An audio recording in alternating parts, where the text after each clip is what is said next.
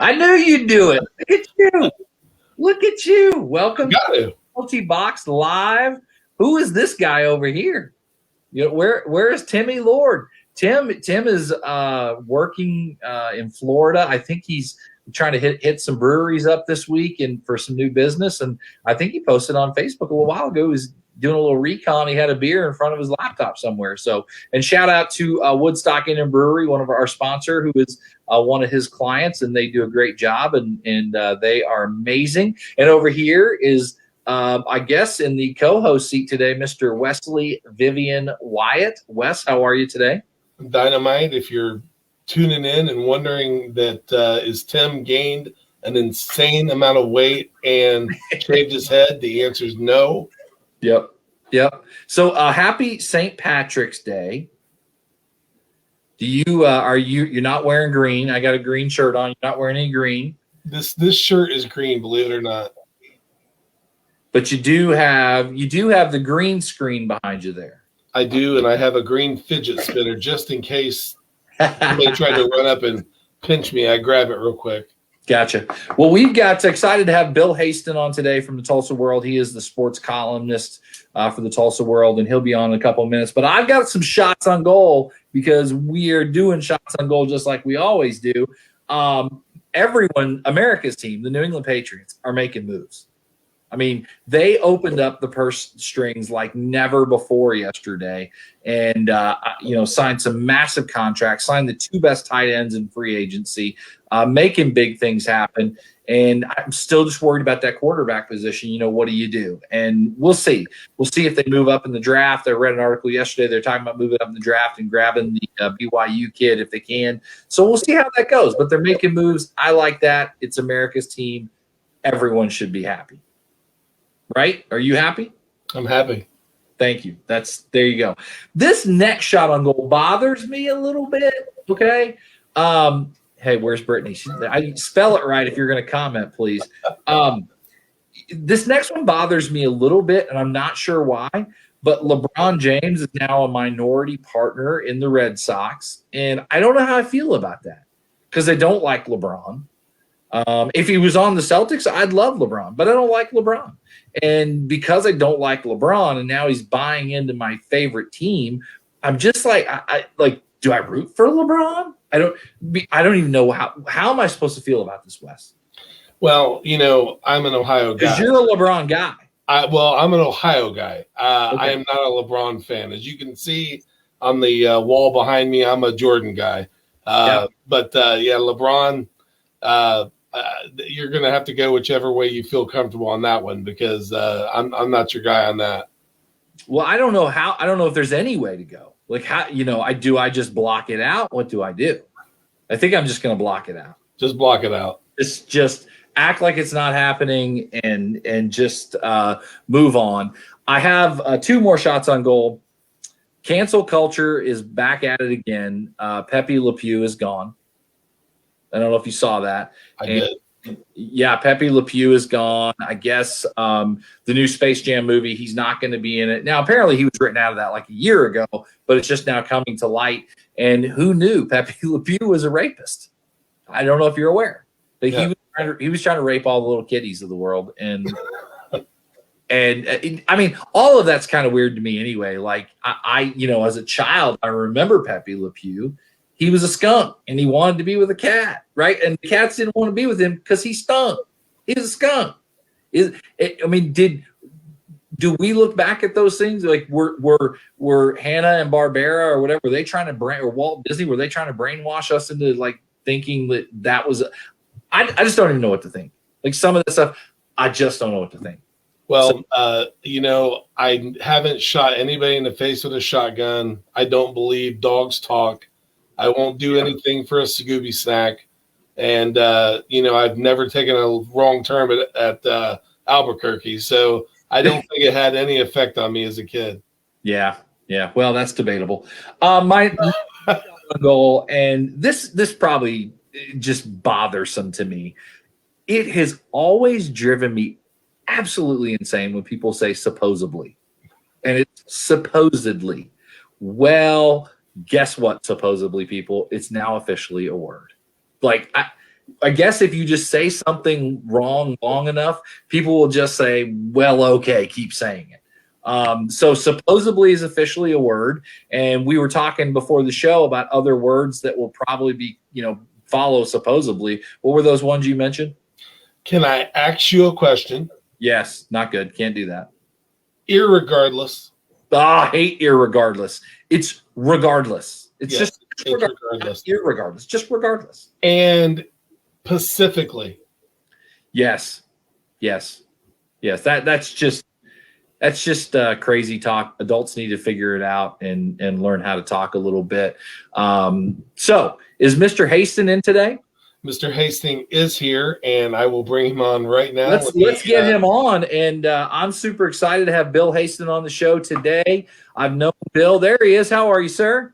Fellas, I got a couple of more for you. Anytime somebody says that an injury has been re-aggravated, that ain't right. It's just been aggravated. That's it. You don't re-aggravate something. You just aggravate it. And then when this drives me nuts, you hear references to someone's past history, because there ain't no such thing as a future history. It's just and then 9 a.m. tomorrow morning, it ain't 9 a.m. tomorrow morning. It's just 9 a.m. or it's just 9 a.m. in the morning. It's one or the other. It ain't both. So there you go. I have a friend in the pizza business that a couple weeks ago said, we were talking about cooking, and he had some dough that he'd frozen, and he said he was gonna unthaw it. I'm like, no, if you unthaw it, you're technically freezing it, right? Because if you unthaw it, right? Yeah. So hey, welcome Bill Haisten to the show. Bill is the sports columnist for the Tulsa World. I've known Bill for it seems like 25 years now. I think 20 years. And they're at TulsaWorld.com. Bill, I want to come right at you with, the hard hitting stuff. My favorite college basketball player I ever saw play live was Eric Coley with Tulsa University. And if you remember Eric Coley, he's writing it down, right? Remember Eric Coley, and he could jump out of the gym. He was a great defender. He got better as he got older. He could fill it up when he had this amazing, remember like that jump stop shot thing that he had that blew people's mind? Yep. Who can say this is the greatest college basketball player I ever saw? So Coley's your guy, huh? Coley is, for me, he was. I've been in Tulsa since 1990, and he's probably the most popular TU player in my time here. Now, I'm sure a couple of the Nolan Richardson era guys were rock stars. Paul Pressey. Oh, yeah, Pressey and those guys were rock stars in this town. But I would say that over time, Coley seems to have been the most popular guy on that great team that Bill Self nearly took to the Final Four 21 years ago.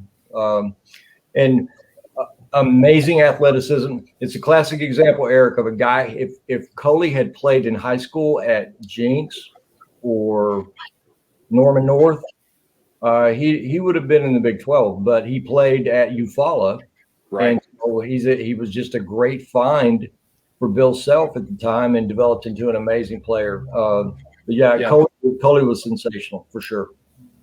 So who do you look at for you that you've actually seen live? Top 2, 3 college basketball players all time that you saw with your eyes? Oh man. I mean, not just the guys I've covered, but the guys I've seen. Yeah. Oh man, that's so hard. OSU's had really interesting guys. Desmond Mason. Desmond Mason in person was pretty mind blowing as an athlete. Right. My favorite player at OU during the Kelvin years was Hollis Price. I'm not saying he was the best, but he was an amazing floor general, fearless kid. He weighed about 155 pounds and totally fearless guy. I mean, Corliss Williamson at Arkansas in 94, 95 was an unstoppable force. But, I mean, golly, you're asking me. I saw They're coming for you, Wes. Okay, now I'm going way back because I saw Akeem Olajuwon play a game in college. That's way back with Drexler. Yep. Yeah. And so, but that particular day, Akeem was just unstoppable. Where Drexler had a nice day. So, but Oh my goodness, there's just so many guys. Coley, if I did a list of 10, Coley would be on that list. Yeah, he was just an incredible athlete. Here's what Coley could do though, Eric, is he averaged like, let's say 12 points a game, but yet could dominate the game because of his athleticism and defense and rebounding. So he was such a great defender on the ball and off the ball, and that's what I loved about him. You're right. He could dominate a game and score 12 points. Right. No, it was just insane to watch. Do you think Mike Boynton, are they going to back a truck up and pay him? What's going to happen with him? Well, I don't know. They have to. I mean, but we're about to find out how deeply rooted the relationship is with Mike Boynton and OSU, because Minnesota job is open. He's been connected to that. South Carolina could open. That's his alma mater. So for Boynton to kind of reach this point in his career, Eric, OSU's really kind of lucky that there aren't very many Power 5 jobs that look like they're going to open, right? Because otherwise they would be at the top of the list or close to or one of. But he is the lowest paid guy in the Big 12 by a lot, by $500,000. Yeah. And the guy before him, Brad Underwood, was the lowest paid guy in the Big 12 by quite a bit. Well, he left. Hold on. I want to cut in here. I want to ask you a question about Mike Boynton because, and I've really pulled away from college basketball probably the last 5-10 years, and I don't know why, but I feel like, and he's been the head coach at Oklahoma State, 3 years now? 4 years. I feel like he kind of are we looking at a guy that underachieved for 3 years? Cade Cunningham comes in, has a great year. They've gotten better as the year's gone on. I think he's obviously a great recruiter, but is this going to be a guy that has one great season, underperformed, had one great season, got paid, and then next year we go back down to being average again? I don't think so, because now that I've been around him pretty consistently for 4 years, he's super smart. He never does or says the wrong thing. Gotcha. I mean, think about these two, Eric. He has no OSU background, and he shows up in Stillwater, and he fits into the culture unbelievably well because he took the time to learn the culture. He always weaved references to Eddie Sutton and Henry Ave in his remarks, and pays respect to those guys. Yep. So I think Boynton is going to light it up anywhere he coaches. And as for the 3 seasons before this that weren't as satisfying, he was building, and I mean, they just had this terrible habit of getting off to bad starts in the Big 12. Then they had to fight their guts out to get kind of even in the league, and then to hope for an at-large. Well, this year they didn't get off to that bad start. And you're right about Cunningham. Cunningham is the perfect one and done because he's a real true team guy. Undoubtedly a rock star, really good player, but really fit into the team concept. Apparently a great partner for, I would say more of a partner than a player coach deal with Boynton this year. But no, I just think that if Boynton had the wherewithal to recruit the number one guy in the country, who's to say he can't keep doing it? Maybe not at that level, but certainly at a winning level. And the guys around Cunningham are pretty good. Avery Anderson's a good player. The Boone twins, Boynton was on them a full year before anybody knew who they were. I had that written down. How good can the Boone twins be? Well, Caleb's already a year ahead of where I thought he would be at this point. Because at Memorial, they were just 6'7" kids who just dominated with their length and their size, right? And so they get the Big 12, and I thought, well, Caleb's going to struggle because he only weighs 175 pounds, or at the time anyway, and he's 205 today. Whereas Keelan could shoot the 3. I thought Keelan would make the greater impact immediately, and then Caleb would kind of year to year would gain a little muscle and not get pushed around in the paint so easily. Well, it's just been the opposite. Really, Caleb flourished as a freshman in some degree, but this year, the second half of the season, he's been fantastic. And so you have Moncrief, any given night, can give you 15, 17 points. Avery Anderson is really coming on. Likely, if he could stay on the floor, is an asset. So they've got a nice roster around Cade Cunningham. But here's the deal. I mean, if you let Boynton leave and you've got to start over, it's going to make the OSU people sick. Right. Is the going rate, the average in the Big 12 as we speak is about $3.4 million. Boynton's making 1.8, right?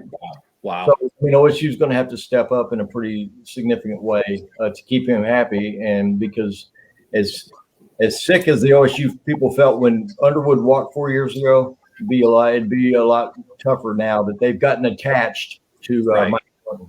Yeah. Right.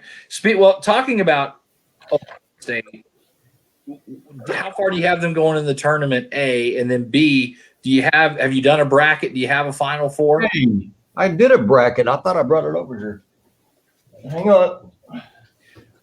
Sorry. By the way, what? Oh, there you go. Okay, go ahead. Yeah, I did. No, how far do I have OSU going to the Sweet 16 and losing to Brad Underwood in Illinois? I think Illinois is great. Although I've got.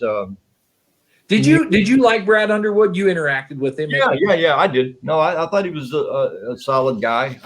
I just didn't know what was going on behind the scenes that whole second half of the season with regard to interaction with him and Mike Holder and how Underwood, I guess, made it known fairly early in that season that, okay, you got me for $1 million, but now that we got it going, I'm going to want a bump. And I think he wanted $2 million, and OSU wouldn't go to $2 million. So Illinois hired him at 2.8. Wow. So he almost tripled his money by leaving. And but at least there wasn't, you lose him after 1 year, which is, like Tulsa losing Buzz Peterson after 1 year. I mean, you're upset about it. You feel like you would have had a nice run with that guy, but you didn't have a relationship yet with him.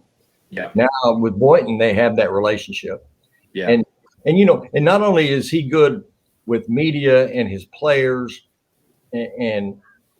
but man, this guy just works the campus. Boynton, he just walks around the campus and talks with students and invites them to games and well, hopefully he's not as inviting as Les Miles at Kansas. But no, that's so unfortunate. Yeah, that is unfortunate. Well, I want to hear your Final Four. I'm assuming you're going to have Gonzaga in there. They're the first team in 1,000 years to go undefeated through the regular season. Yeah. Meaning, this is a wonky season, but who's your Final Four? I'm going to write them down. Okay, it is Gonzaga. Gonzaga, Florida State. Okay. Houston. Really? I got Houston knocking out Illinois in the Elite Eight. All right. And then Baylor coming out of their region after defeating. I got Baylor beating Texas Tech in that regional final, Eric. So gotcha. That Baylor team is good. I got a Gonzaga Baylor championship game, and I got Baylor winning it. Wow, look at you. Now that's kind of a homer pick being a Texas guy, isn't it? Not at all. No, I think their guards are so good, and they will have had. By the time we get into the tournament, they will have been pretty well distanced from their COVID break, which really set them back for a while. Right. They lost to Kansas. They lost to, oh my goodness, who else did they lose to? They lost twice. Oklahoma State. Oh, yeah, there you go. Of course. And then in the tournament, in the Big 12 tournament. In the Big 12. And then did I just say Durr? You did say Durr, but we'll just cut that. We'll edit this out. I don't even know how to spell that. I think it's DER, but that's here or there. I know you're a music guy, and before we get to that, I don't know if you know this, but Wes is president of the Britney Spears Fan Club of Ohio. I don't know if you've ever seen Britney Spears live, or if you know her. If you got any connections, please let us know. You can find Wes on Twitter at Oops Wes Did It Again. By the way, you can find Bill at Bill Haisten. He's got 10,000 followers on Twitter and a lot of great sports stuff. But Bill, listen to one album the rest of your life, what would it be? Oh, golly.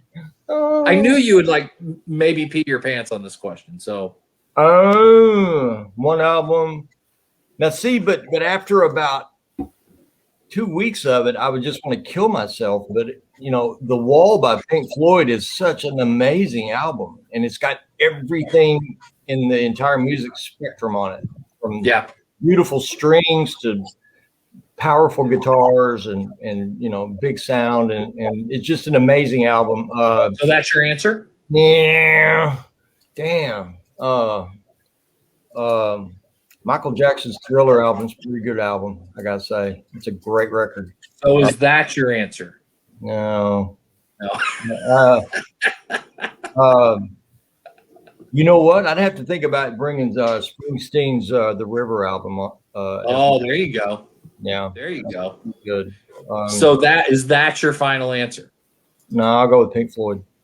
All right, that's that. I figured you'd go there. It's a great. It's a masterpiece. This is a writing question because we have a lot of authors that are on the show.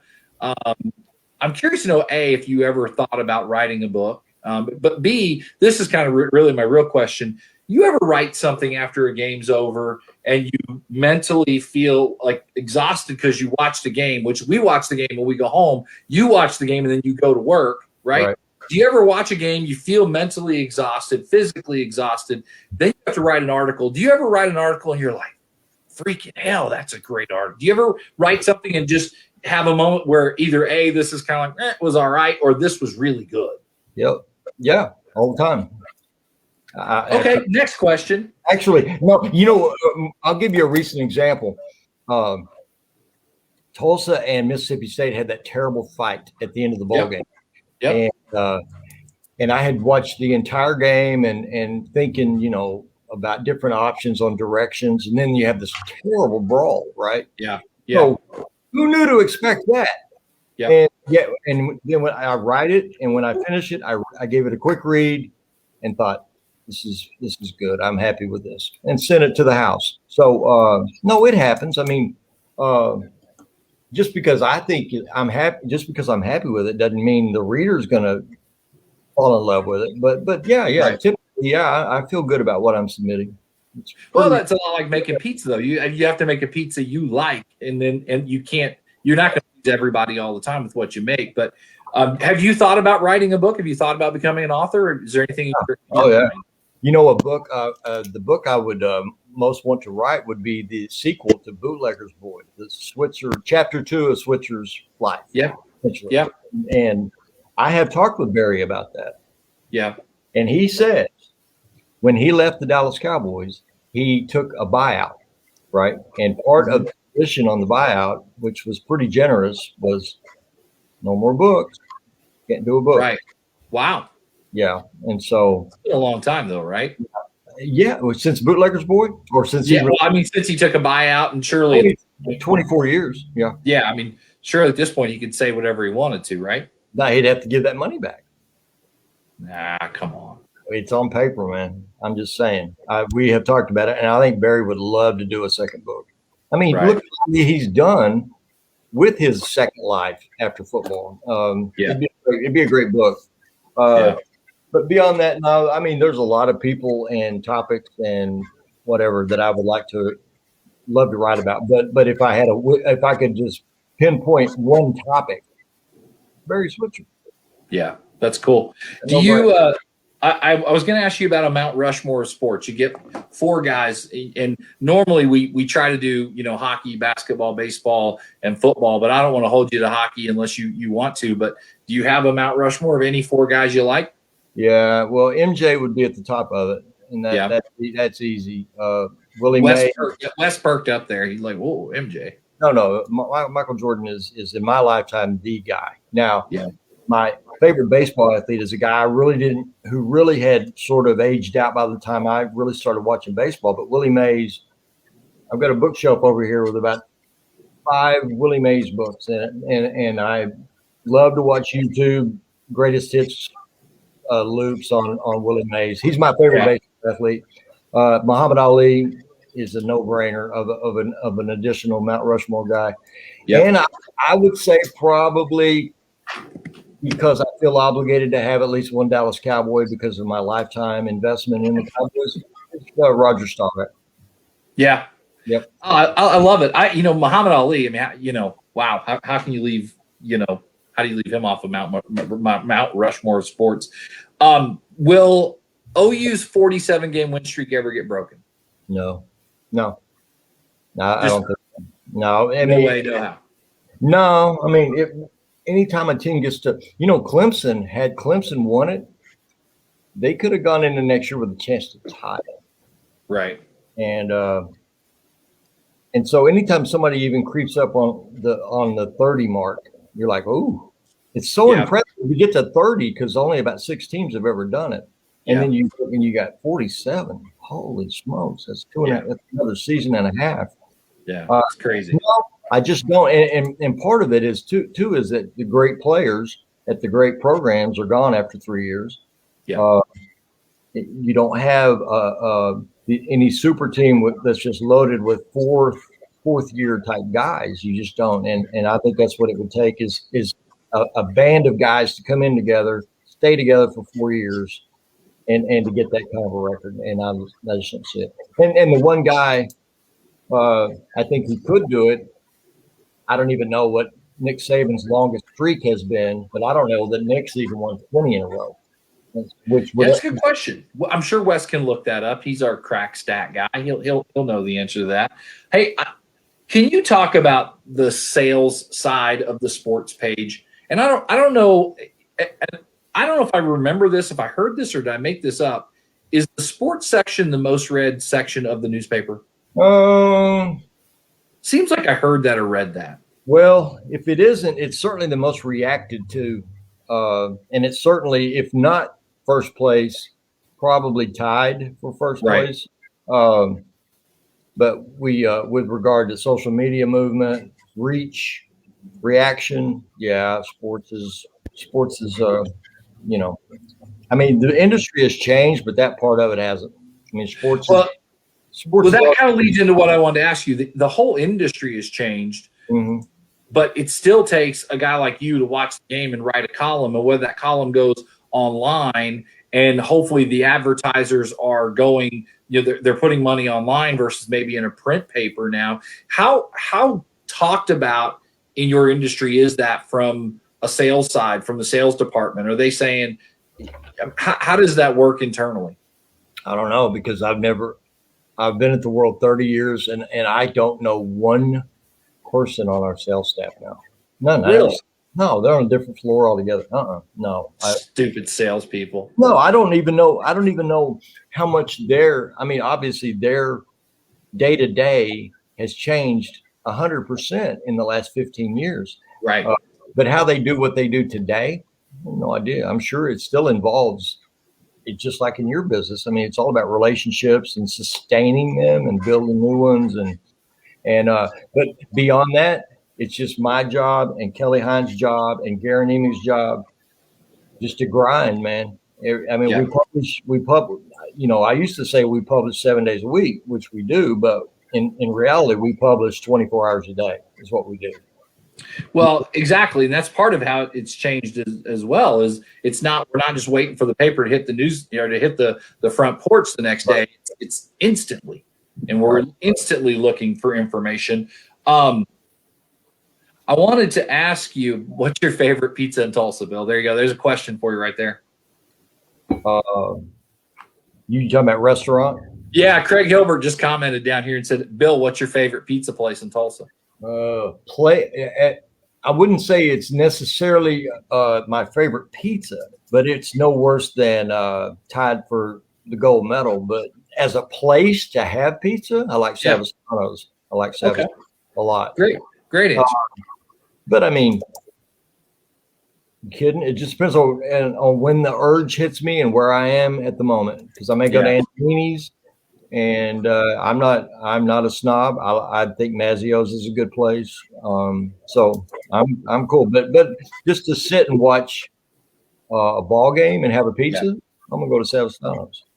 I want to throw out a few names that the local folks will know, and you and I have had interactions with. And if you want to give a sentence or two about these guys, the first one is Al Jerkins. Well, he was one of the first people I met when I moved here. I mean, literally like the first week after I moved here. And we, for some reason, clicked, immediately. And then he got me. And so we had a great friendship from the beginning. And then Al got me involved in radio in 2006. Right. And he invited me. He said, "Can you come do the Thursday show with me I said, of course. I go do the show. We're going on the elevator, and he says, that was great. Oh, I said, that was great. He said, okay. And then about halfway down, he says, I don't think you understand. I want you to come every Thursday. Oh, that's different. Yeah. Anyway, so Al Jerkins is here's my boy Al. Yeah, I have one of those around here somewhere too. That's right. Al, the Tulsa Oiler bobblehead Al. Al and I had our run-ins, obviously, being a Red Sox fan. Right. We had some classic stuff. Another name for you, Chris Plank. Chris is it's so crazy. I mean, to hear Chris on these national platforms now and to turn on TV and he's doing all this stuff for OU. And I remember I met Chris when he was a student at TU, and he would run the board like at the Buzz and do odd jobs for Bruce Howard. And he's just this kid, and he just stuck with it. And he let's see, 98, Dave Garrett had that show. Oh yeah. Dave lost that job. And then Chris at the age of, golly, Eric, I don't know, 20, he was young, 22 maybe. Yeah. Gets a show. And he and Poplin, who was about the same age. Right. Man, they clicked. They had great chemistry. It was trial and error for them for a little bit. And once they hit their stride and they were great. So yeah, I really like Chris Plank. Pat Jones. Pat. Coach Jones has treated me like a brother. It's just crazy. I knew him from OSU. Obviously, he goes away for a decade. He comes back, starts radio. And so just over the last, 15, as the next month, I will have been at the Animal 15 years and Pat 16 years. And we talk, whether I'm doing the show or not, we talk every day. Texting. He finally learned how to text, and it's cool too because every message he sends you, regardless of the content, he puts a football emoji on it. So nice. Mm-hmm. Sure you don't love it. Football, and so no, Pat has been unbelievably good to me. And after my most recent knee surgery, he sent me he had a plate of food shipped me that was unbelievable. So. Well, he's a great friend. He's a great friend and a fun guy to do radio with. And if I could somehow bottle the stuff during the commercial breaks, oh my gosh. Pat Jones and I had a run in one day when. Oh, you did. Oh yeah, we had several. Pat Jones. This is on the local sports animal, and I used to call in a lot when I was driving for my sales job. And there was one day I called in, and they were talking about something had gone on with Baker Mayfield or Rhett Bomar or something, and he made the comment about why is nobody following this kid around every day. And so I called in. And I said, well, did you have somebody following around, Barry Sanders every day? And he said no. And I said, well, I thought you were a smarter coach than that. Oh, and he said, hang up on him and somebody needs to launch his dumb ass to the moon was his words. And I got banned for 30 days. So not the first time I got banned and not the last. But well, your more famous scrape at the Animal was with Bill Watts. Well, Bill Watts was the next name I had on here. Tell the story. Go ahead.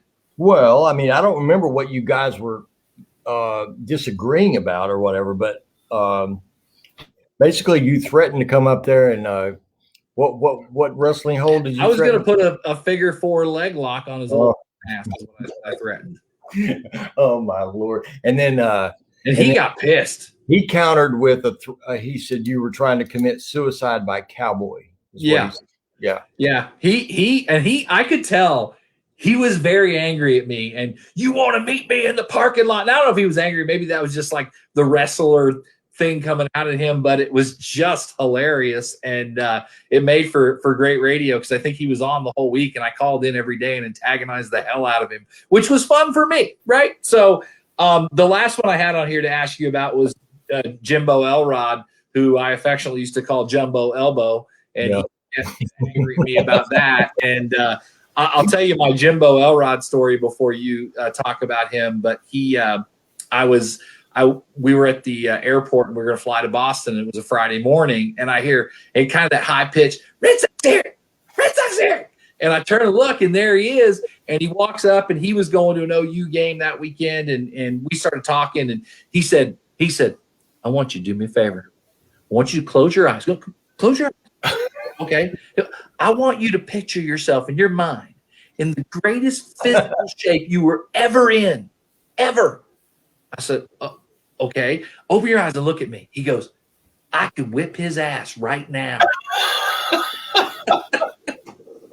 And I'm like, you just won. There he is. There's Jimbo right there. Yeah, it was one of the very, very brutal, sad funeral. It was beautiful. His funeral was beautiful and just gut wrenching. And Barry Switzer that day, unbelievable, his message that day. But Jimbo, I saw Jimbo about 2 weeks before that at Reese's, and he pulls me aside in the produce department at Reese's, and we just had the best talk.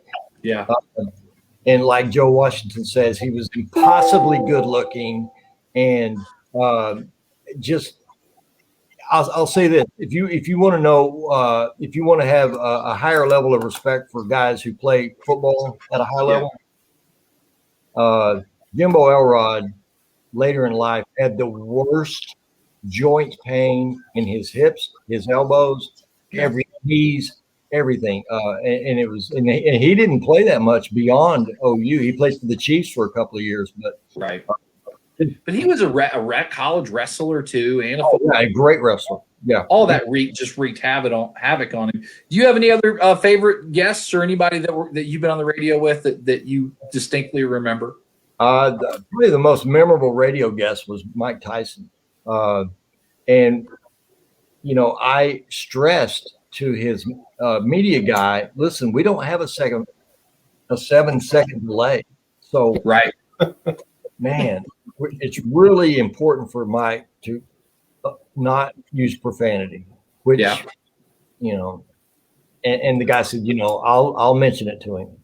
And so he came on with us to promote his show at the Hard Rock. He did his one-man show at the Hard Rock. Yeah, and I remember that. So he comes on with us. He was great. And, you know, he and Coach Jones really clicked, and they had a really nice exchange. Now, I guess I should say of my 40 years in the business, my favorite day, April 93 or May 93, I can't remember the date, but I had lunch with Ali and Frazier at Nelson's Buffeteria downtown. I don't know why I'm pointing like you guys. Over downtown. Where I am right now. But I'm pointing to the north. But anyway, they were in town for a Tulsa Charity Fight Night event, and I get a call a couple of days before that. Do you want to have lunch with Ali and Frazier? No brainer. People, and I said, well, of course. And Bill Connors and I went and sat with those guys for nearly 2 hours, and this is crazy, but it was somebody very recently, and I mean in the last 4 months or so, shared a photo that he had taken of me and Ali together that day, and I'd never seen it before. So, wow, that's cool. Yeah, I mean, I was like, you know, I've always been upset with myself for not making it a point to be photographed. Not that I never asked anybody to take a picture with me or whatever, except Ali's the one guy I would have. Sure, I didn't think to do it, and so this guy sends me this picture. I don't even know where it is now, but my jaw dropped, you know, and I just thought I should do something with that picture. I should have it framed. Yeah. But that's super cool. Ali was 51, and he had just reached a point, Eric, where he could barely speak above a whisper, and yet he and Frazier together that day. It's the first time they had been together in an eye contact sort of way in the same close quarters since their third fight. Wow. Yeah, that's amazing. What a cool moment, right? What a cool moment that you just can't turn that down, right? That would be the equivalent of like, you know, hey, do you want to go see Britney Spears with Wes? Like, yes, I'm going to that. You know what? I'm so anxious for live music again. I would go see Britney Spears.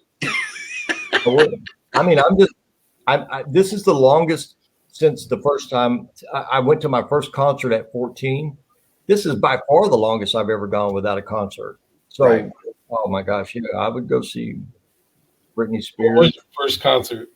Doobie Brothers. Okay. Amarillo, Texas. Very nice. Yeah. I got a couple of questions left for you. This one, all right.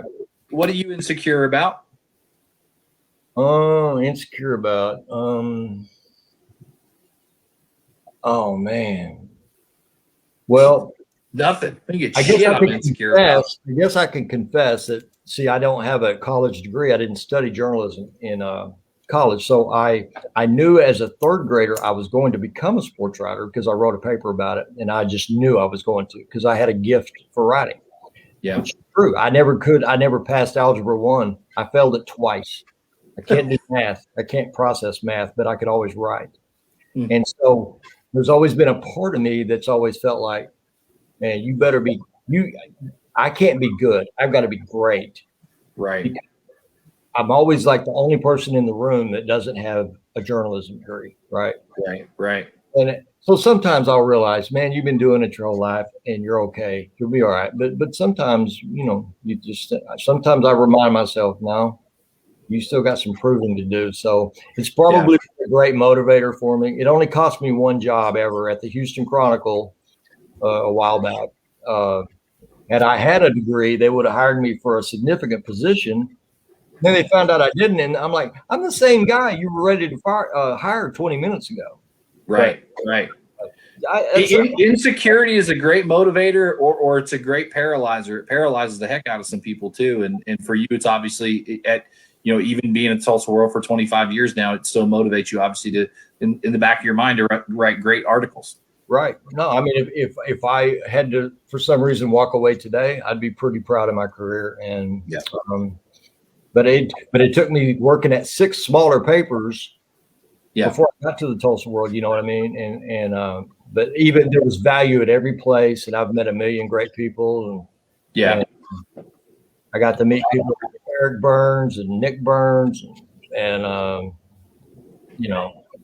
so it's crazy. I mean, I thought I'll come to Tulsa for 2 years and go back to Texas, and now I can't even fathom leaving Tulsa.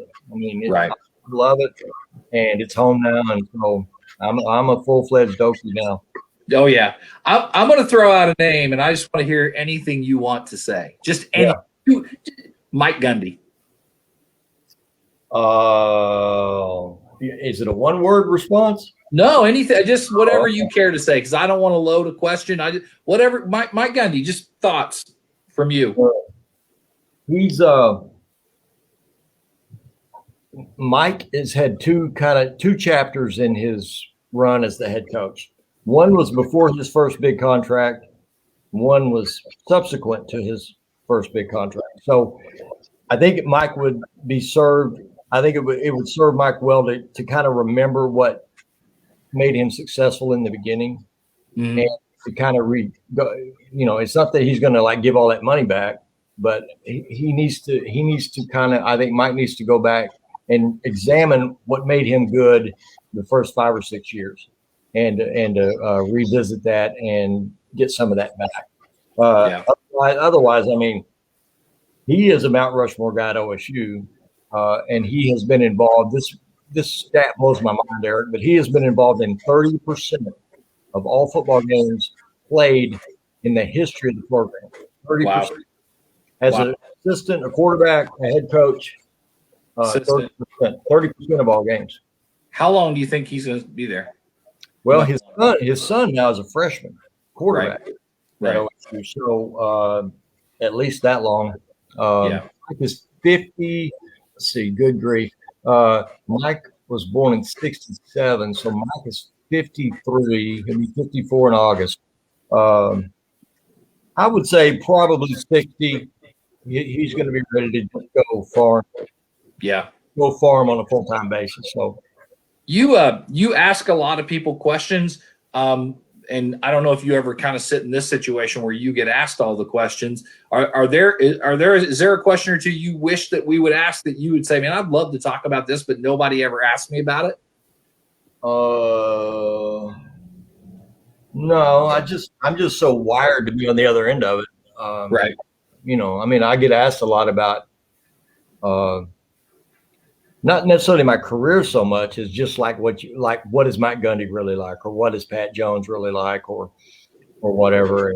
And or what I hear more than anything is that when guys say, you're so lucky.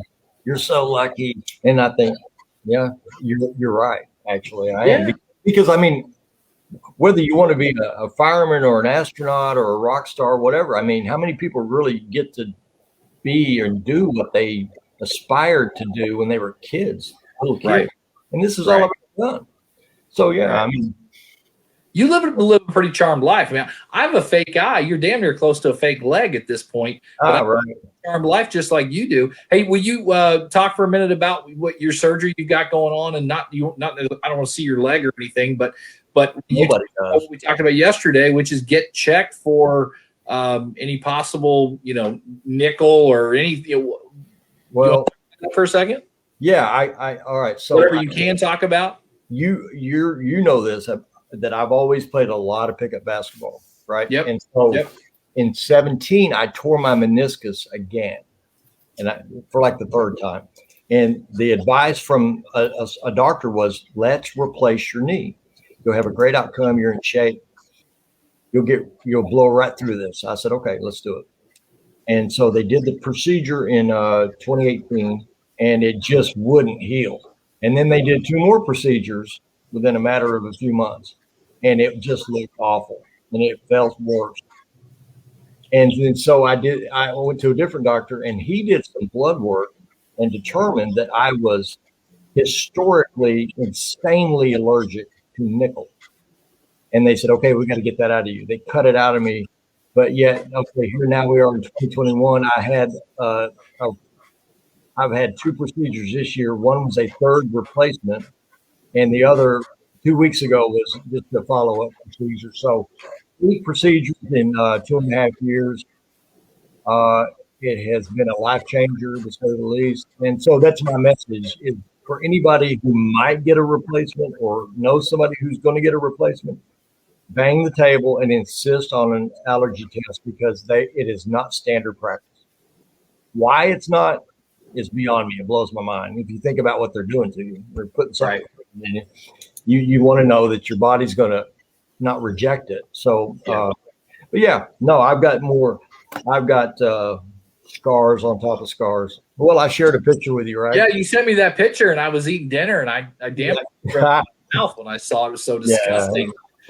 I think you're just such a handsome guy when you're out. I've been out when we were, I was single and you were single, and I mean, I had to beat the women off of him with a stick. I think this is God's way of like, let's tone this down a little bit. Let's ugly this guy up a little bit to where if he's in some shorts, some of the women are like, whoa, no, stop. Because charisma, I can tell you, charisma just oozes out of this dude when we're out. Bill, how tall are you? 6'3", 6'4"? 6'3". Yeah, so we're the same height. So we go out, and we were back there single, and a couple of tall, good-looking dudes walk in, but this guy, women just right to him. I would just try and jump in front of one and get in the middle of the tractor beam of chicks. So well until now. I was so happy with it until now. This is like the Billy Madison scene. What does the guy say? We're all more stupid for having heard this. Bill, that is all I have. Thank you so much for being on. Also, this was all fabricated by Eric, and I don't know where he got any of that crap. I was trying to find that picture of me and Ali because I'm so proud. I know you were. I could tell you're looking at your phone. There, let's see. I'm so proud of it. Your hair then? There it is. That's you? That's me. Doesn't even look like you. Yep. Me and Ali. You're gonna have to email that to me so I can post that in the link on. Never forget that day. So everybody can see it, because that's cool. Well, thank you for being on. Bill has been just an amazing friend and great to listen to one of my favorite people on the radio. Definitely has a face for radio and does really well. That's not that crap you were saying a little bit. Yeah, well, that's probably more true. Well, Bill, thank you so much for being on. Wes, you got any questions for our man today or what? No questions, but I got to tell you, I'm absolutely not surprised at all that Eric was the guy calling up a radio station and harassing people. Mm-hmm. He does that to us all the time. So he hasn't really stopped. It just changed mediums. Hey, now I get to do this every week. He was the first real kind of a cornerstone everyday caller, I would say, when the Animal launched in 2005. I can think of a couple others. Texas George and a couple. I just saw. I bought these from Texas George. That's awesome. Okay, but Yeah. Eric was like I say, a cornerstone charter member of the Animal Club, and I didn't even know his full name for years. I just thought he was Red Sox Eric, and yeah, he got crossways with Coach Jones, and he got crossways with Bill Watts. Everybody, Al, everybody. Well, that's right. Yeah, I never got cross with Bill though. I don't think I tried a couple times, but he's too easy going. No, man, no, he's too easy going. Well, hey, look, we're gonna get out of here, Bill. Thank you for your time. Next week we've got just big shoes to follow after Bill, but Sharon Tiger, who she is all about, Bill, this is about sports and sales and marketing, but she has a company and her thing is to deliver. How do you deliver super high quality customer service? She calls it delivering the woo. And I love it. And how do you get better when you're running a business and take care of your customers? Because in the world we live in, customers can come and go very easily. Well, I would think the secret there would be to take the golden rule and apply it to that, just like you would anything else, and you'll be fine. Yeah. Oh, you're right. Nick Saban, his longest win streak was 26. So that shows you where the OU streak is. Yeah, damn near a whole season short. Yeah, that's right. Yeah, that's crazy. That's crazy. Well, I'll keep talking. What else? You got anything else you want to throw out, Bill? You're just throwing stuff. No, I'm good. If we keep doing this, I'm going to plug in a guitar and just start playing here. I haven't played publicly in a long time, so. Well, let's go, baby. You're on the interwebs. You took it to such a ridiculous place. I might as well. No, I'm not going to do it. There used to be a place called what was it called? SoCo. It was down at 81st and Harvard in Tulsa, and I was out there one night with Bill. Oh my God. I had to get a 2x4. I just whacked the women off of him, Wes. There was a band playing called Stars, and he was making moves, and oh my gosh, it was craziness. You said it yourself a few minutes ago. That is the exact antithesis of what I am, which is chill in the corner and appreciate the music. That's all I do. So yeah, he didn't make any moves, Wes. So no, I did not. All right, we got to go. Have a great day, everybody. And Bill, this is how we sign out of this thing. We do this. Oh, okay. I just Where is it going?